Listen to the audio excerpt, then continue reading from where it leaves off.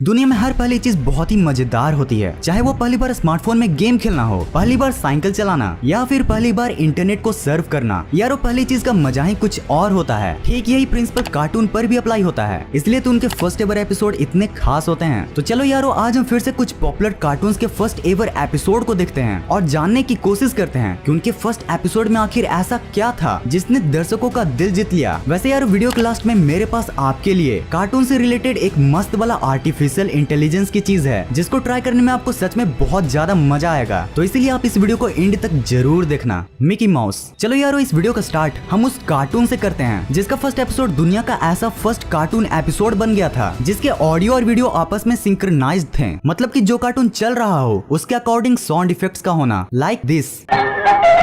इसके first episode को 8 नवंबर 1928 को रिलीज किया गया था जिसका नाम था स्टीम बोट विल्ली। इस एपिसोड में हमें मिकी एक स्टीम बोट में काम करता हुआ दिखाया जाता है जिसका कैप्टन बहुत ही खड़ूस होता है। सफर के दौरान मिकी एक गाय को अपनी बोट में डालता है बट वहाँ पर मिनी छूट जाती है जिसके पास म्यूजिकल इंस्ट्रूमेंट्स के कुछ नोट्स होते हैं। एट लास्टली मिनी को जैसे तैसे बोट पर लाया जाता है बट उसके म्यूजिकल नोट्स बकरी चढ़ जाती है जिसके बाद ही म्यूजिकल सिंक्रोनाइजेशन वाला पार्ट आता है।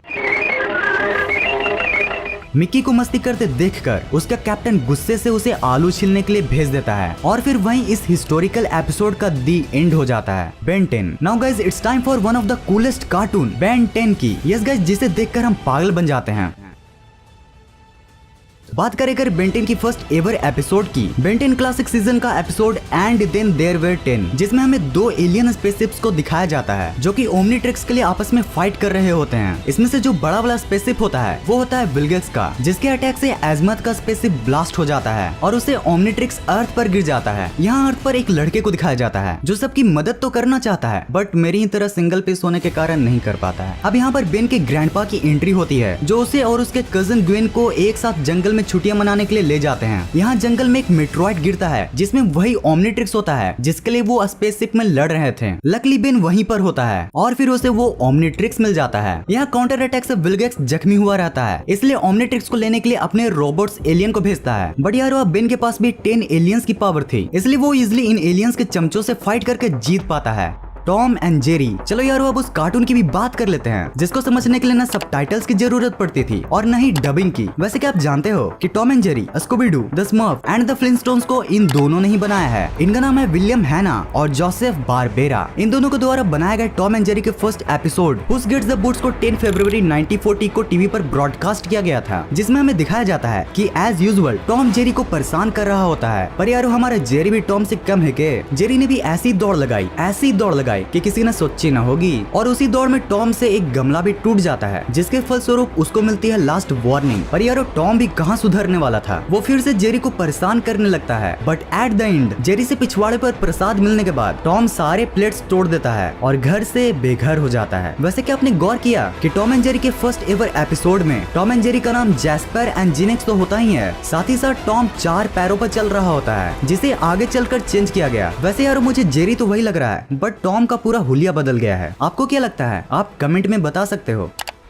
यारो क्या आपको बचपन का वो कार्टून याद है जिसे हम छुपते छुपाते टीवी को म्यूट करके देखा करते थे? Yes guys I am talking about Mister Bean. ऐसे तो मिस्टर बीन के फर्स्ट एपिसोड को 1 जनवरी 1990 को रिलीज किया गया था बट उसके एनिमेटेड फॉर्म को 5 जनवरी 2002 को एयर किया गया था जिसका नाम था इन द वाइल्ड। इस एपिसोड की शुरुआत कुछ ऐसी होती है कि मिस्टर बीन हमी की तरह खाते खाते टीवी पर कुछ देख रहे होते हैं कि तभी उनकी नजर वाइल्ड लाइफ फोटोग्राफर पर पड़ती है। अब क्या, अब मिस्टर बीन निकालते हैं अपना कैमरा और खुद निकल पड़ते हैं जानवरों की खोज में। पर भाई ये तो हम लोग जानते ही हैं कि मिस्टर बीन की किस्मत भी उतनी ही अच्छी होती है जितना ऑनलाइन क्लास में हमारा कंसंट्रेशन। मतलब बिल्कुल नहीं। गाड़ी के ऊपर दुनिया भर के बर्ड्स के भरने के बावजूद भी मिस्टर बीन जी जंगल में तितली का फोटो खींचते हैं और वो भी कुछ ऐसे। वैसे यार मुझे पूरे एपिसोड में सबसे मजेदार सीन तो ये लगा था